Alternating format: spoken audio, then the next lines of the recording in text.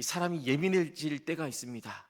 그때가 언제냐면 배고파질 때입니다. 이 사람이 배가 고파지면 조금만 힘들어도 마음이 흔들리기 마련입니다. 그래서 이 먹고 사는 문제가 제일 중요하다라는 말도 하지 않습니까? 현실의 문제는 결코 가볍지 않습니다.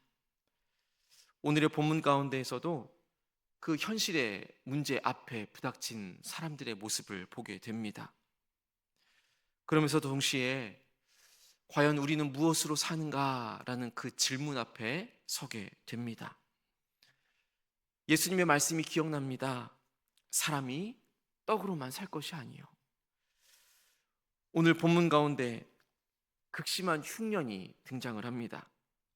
양식이 사라지고 돈도 사라지고 있고 가축과 땅까지 모두 다 사라지는 상황을 보게 됩니다. 그런데 이 흉년보다도 더 두려운 장면이 있습니다. 그것은 무엇이냐면 우리의 인생 가운데 하나님이 없어지는 인생입니다. 하나님 없이 사는 인생인 것입니다. 하나님 없는 흉년과 같은 그러한 인생 말입니다. 오늘 본문을 보면 그 흉년이 가면 갈수록 심해지고 있습니다. 그래서 사람들은 점점점 자기 것을 내어놓기 마련입니다.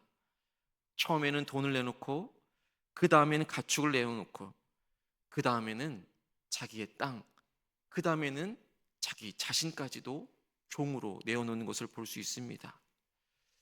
이처럼 흉년, 이 기근은, 이 배고픔은 사람의 모든 것을 다 내어놓게 합니다. 이 평소에는 너무나도 괜찮아 보이던 사람도 이 흉년과 같은 인생의 극심한 어려움이 오게 되면 이 자신의 그 본 모습이 드러나기 마련입니다. 믿음의 모습도 마찬가지입니다. 모든 일이 잘 될 때에는, 좋은 일이 계속될 때에는 그저 하나님 감사합니다 말하기 너무나도 쉽지 않겠습니까? 그러나 계속해서 어려움이 다가오고 우리의 삶에 계속해서 담이 세워지고 우리 가정 안에 그 어느 누구에게도 이야기하지 못하는 극심한 흉년과 같은 상황이 펼쳐지면 원망이 나오기 마련이고 두려움이 계속해서 다가오기 마련이고, 그래서 마음 가운데 염려가 지배할 때가 있다라는 것입니다. 왜 이런 일이 생기겠습니까? 우리 안에 여전히 하나님보다 그 다가오는 현실을 더 크게 보는 마음이 생기기 때문입니다. 이러한 모습들은 이 기근이나 흉년, 우리에게 다가오는 그 어려움으로 인하여서 우리를 무너뜨리시려 하는 것이 아니라 그 사람의 중심을 드러내시려는 하나님의 마음인 것을 우리는 믿음의 눈으로 바라볼 수 있어야 할 것입니다. 그 과정들을 통하여서 정말로 내가 무엇을 의지하면서 살아왔는지, 또 현재 무엇을 붙들고 있는지를 분명히 보게 하시는 것입니다. 물질인지 사람인지 내가 가지고 온 그 숱한 경험들인지 내가 할 수 있다라는 그 능력인지 말입니다. 그래서 이 인생의 흉년은 우리 안에 숨겨져 있는 그 우상들을 드러내기 마련인 것입니다. 그러면서도 동시에 하나님께서는 그 흉년 가운데에서도 질서를 세워 가시는 것을 볼 수 있습니다. 오늘 본문을 읽으면서 이 조금 이상하게 여기는 부분이 있습니다. 요셉이 백성들에게 그 흉년 가운데에서 그것을 해결해 주는 그 모습이 그냥 내어주는 것이 아니라 돈과 가축과 땅을 받고 결국엔 그것을 바로의 소유로 만들고 있는 장면인 것입니다. 여러분, 이 모습이 너무나도 냉정하게 느껴지지 않습니까? 백성들이 힘들어하고 어려워하면 그저 베풀고 또 베풀어야 하는 것이 이 한 나라의 지도자로서의 모습 아니겠습니까? 그런데 이 모습은, 특별히 요셉이 펼치는 이 정책은 사람들을 착취하는 것이 아닌 것입니다. 무질서함 가운데에서 생존의 질서를 세우고 있다라는 것입니다. 이 흉년이 계속되면 사회는 무너지기 마련입니다. 사람들은 서로 빼앗고 자기의 것을 더 내어놓지 않으려 하고, 그러다 보면 그 사회 안에서는 혼란이 일어날 수밖에 없는 것이지요. 그런데 요셉은 하나님께서 주신 그 지혜로 지금 백성을 살리고 또한 나라를 유지하고 있는 것입니다. 이와 같이 하나님께서는 혼란 가운데에서 질서를 세워 가시는 분이신 것입니다. 창세기 1장을 보면 세상이 혼돈하고 공허했었습니다. 그런데 하나님께서는 질서를 세워 가십니다. 빛과 어둠을 나누시고 바다와 땅을 구별하시고 생명의 질서를 세워 가신 것입니다.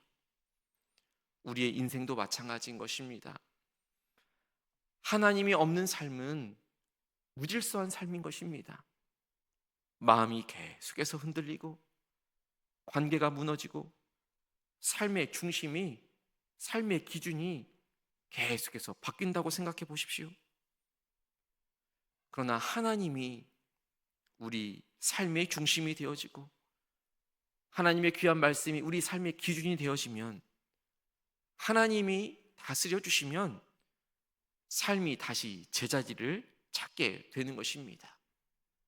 예배가 회복되어지고 기도가 회복되어지고 우리의 삶이 안정되어지고 우리의 가정이 회복되어지며 안정되어지는 것입니다. 하나님께서는 분명 오늘 이 시대 가운데, 때로는 흉년 같은 시대 가운데에서도 우리의 삶을 다시 정돈하여 주시는 분인 줄로 믿습니다. 사람을 살리는 것은 분명 양식만이 아닙니다. 백성들은 요셉에게 말합니다. 25절의 말씀을 보십시오. 25절 말씀을 보시면 그들이 이렇게 대답하는 것을 볼 수 있습니다. 주께서 우리를 살리셨사오니 우리가 주께 은혜를 입고 바로의 종이 되겠나이다 말하는 것을 볼 수 있습니다. 주께서 우리를 살리셨다 이렇게 말하는 백성들을 보며 요셉 덕분에 많은 사람이 살아나게 되는 것을 볼 수 있습니다. 그런데 성경은 여기서 한 걸음 더 나아가기를 바라고 있습니다. 예수님께서 말씀해 주셨던 것처럼 사람은 떡만 먹는 존재가 아니지 않습니까? 배는 부른데 마음은 텅 빈 사람들이 있습니다. 물질은 풍요로운데 영혼은 메말라 있는 사람들이 있습니다. 오늘 이 시대의 진짜 흉년은 영적인 흉년일 것입니다. 말씀의 흉년이고 기도의 흉년이고 예배의 흉년인 것입니다. 아모스 선지자는 아모스 8장 11절에서 이렇게 이야기하는 것을 볼 수 있습니다. 주 여호와의 말씀이니라. 보라, 날이 이를지라 내가 기근을 땅에 보내리니 양식이 없어 주림이 아니며 물이 없어 가람이 아니요 여호와의 말씀을 듣지 못한 기갈이라. 지금 이 시대가 바로 이런 시대 아니겠습니까? 정보는 넘치는데 진리는 희미합니다. 편리함은 커졌지만 감사함은 줄어드는 시대입니다. 웃음은 많아졌지만 평안은 사라졌습니다. 그래서 다시금 하나님께서 우리에게 말씀하고 계신 것입니다. 영혼의 양식을 잃지 말라라고 말입니다. 말씀으로 또 기도로 하루를 시작하는 이유가 바로 여기에 있지 않겠습니까? 하나님께서는 분명 우리의 영혼이 살아나기를 간절히 바라고 원하고 계십니다. 기도가 살아나기를, 예배가 살아나기를, 말씀을 보는 그 믿음의 눈이 다시 살아나기를 하나님께서 분명히 원하고 계십니다. 하나님은 요셉 한 사람을 통하여 온 세상을 살리고 있습니다. 요셉은 애굽의 총리를 넘어서서 하나님의 생명이 흘러가는 통로의 역할을 하고 있습니다. 흉년 속에서 사람들은 요셉을 통해 양식을 얻고 다시 살아갈 힘을 얻지 않습니까? 오늘 하나님께서도 우리도 그런 존재로 살아가기를, 하나님께서 그렇게 우리를 사용하기를 원하고 계십니다. 절망한 사람에게 건네는 믿음의 한마디가, 지친 가족을 위해서 드리는 그 눈물의 기도가 다음 세대를 품고 사랑하며 인내하고 복음을 붙들고 나아가는 그 순종이 하나님께서 그런 사람을 통해서 오늘도 생명을 흘려 보내실 줄로 믿습니다. 그런데 우리는 우리가 가진 것이 많아서 그렇게 쓰임 받는 것이 아닌 것을 잘 알고 있습니다. 하나님과 동행할 때, 하나님께 붙어 있을 때 우리는 그 생명의 통로로 쓰임 받게 되는 것입니다.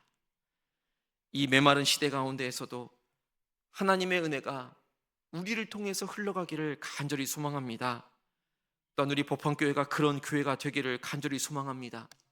생명을 흘려보내는 교회가, 상처를 입은 영혼들을 품는 교회가, 또 가정과 다음 세대를 지키고 세우고 풍성하게 하는 교회가, 복음이 일상이 되는 교회가 되기를 간절히 소망합니다. 흉년보다 더 무서운 것은 하나님이 없는 풍요인 것입니다. 겉으로는 풍성해 보여도 하나님이 없으면 영혼은 메마른 것입니다. 하나님과 함께하는, 하나님과 동행하는, 비록 그곳이 광야일지라도, 그곳이 흉년일지라도 그곳이 바로 하나님의 생명의 근원이 있음을 기억하며 살아갈 수 있기를 간절히 소망합니다. 말씀을 붙들며 기도의 자리를 지켜나가며 우리의 영혼과 가정과 교회와 나라를 살려주시는 바로 그 자리에 우리 모두가 서 있게 되기를 간절히 축복합니다. 오늘 하루를 살아갈 때에도 그 영혼의 축복의 자리, 그 자리를 지켜나갈 수 있는 우리 모두가 되기를 간절히 소망합니다. 함께 기도하겠습니다. 하나님 아버지, 흉년 같은 시대 가운데서도 우리를 붙드시고 살려주시는 하나님의 놀라운 은혜에 감사를 드립니다. 하나님, 말씀의 흉년으로, 기도의 흉년으로, 예배의 흉년으로 우리가 그 시대 가운데 살아가고 있지 않습니까? 하나님, 다시금 우리의 영혼을 깨워 주시옵소서. 하나님을 찾는 은혜를 허락하여 주옵소서. 우리 안의 교만과 우리 안에 자기 의지를 내려놓게 해주시고 오직 하나님만을 의지하며 하나님과 동행하는 삶을 살아낼 수 있도록 은혜 베풀어 주옵소서. 하나님, 우리의 가정을 축복하여 주시고 우리 부모 세대가 믿음의 본을 보이게 하여 주시며 우리의 다음 세대가 세상의 흐름 속이 아니라 복음 위에 굳게 서게 하여 주옵소서. 우리 교회가 사람을 살리는 교회 되게 해주시고 복음이 일상이 되는 교회로, 상처를 입은 영혼들을 품는 교회가 되게 인도하여 주옵소서. 특별히 오늘은 이 나라와 이 민족을 위하여 기도합니다. 하나님, 이 나라, 이 민족 가운데 하나님의 은혜를 더하여 주옵소서. 주님, 우리나라를 긍휼히 여겨 주옵소서. 진리와 공의가 강물처럼 흐르게 하여 주옵시고 민족의 지도자들에게 하나님을 두려워하는 마음과 지혜를 허락하여 주옵소서. 하나님, 민족의 리더들을 세우는 과정 가운데 있습니다. 하나님, 하나님을 알고 하나님을 믿으며 하나님 안에서 생명을 흘려보낼 수 있는 믿음의 리더들이 더 많이 세워질 수 있도록 은혜 베풀어 주옵소서. 갈등과 분열이 멈춰주게 하시고 하나님의 놀라운 은혜가 이 나라와 민족 가운데 펼쳐질 수 있도록 인도하여 주옵소서. 경제적으로 어려운 이들을 주님 더욱더 긍휼히 여겨주시고 우리 청년들에게는 소망을 주시며 한국 교회가 이 나라의 흉년을 위하여 다시금 기도할 수 있는 기도의 불을 회복해 하여 주옵소서. 이것을 위하여 서귀포 마마 클럽 마중물 기도회로 모이게 됩니다. 하나님, 오늘 모이는 그 기도의 자리가 다시금 이 한국 교회를 위하여, 이 서귀포 땅을 위하여, 이 나라와 이 민족을 위하여, 우리의 가정과 우리의 다음 세대를 위하여, 또한 세계 열방의 선교사님을 위하여, 수많은 교회들을 위하여 다시금 부르짖는 믿음의 자리가 되어줄 수 있도록 인도하여 주옵소서. 오늘도 우리의 생명이 되어주시는 예수 그리스도의 이름으로 간절히 기도하옵나이다. 아멘.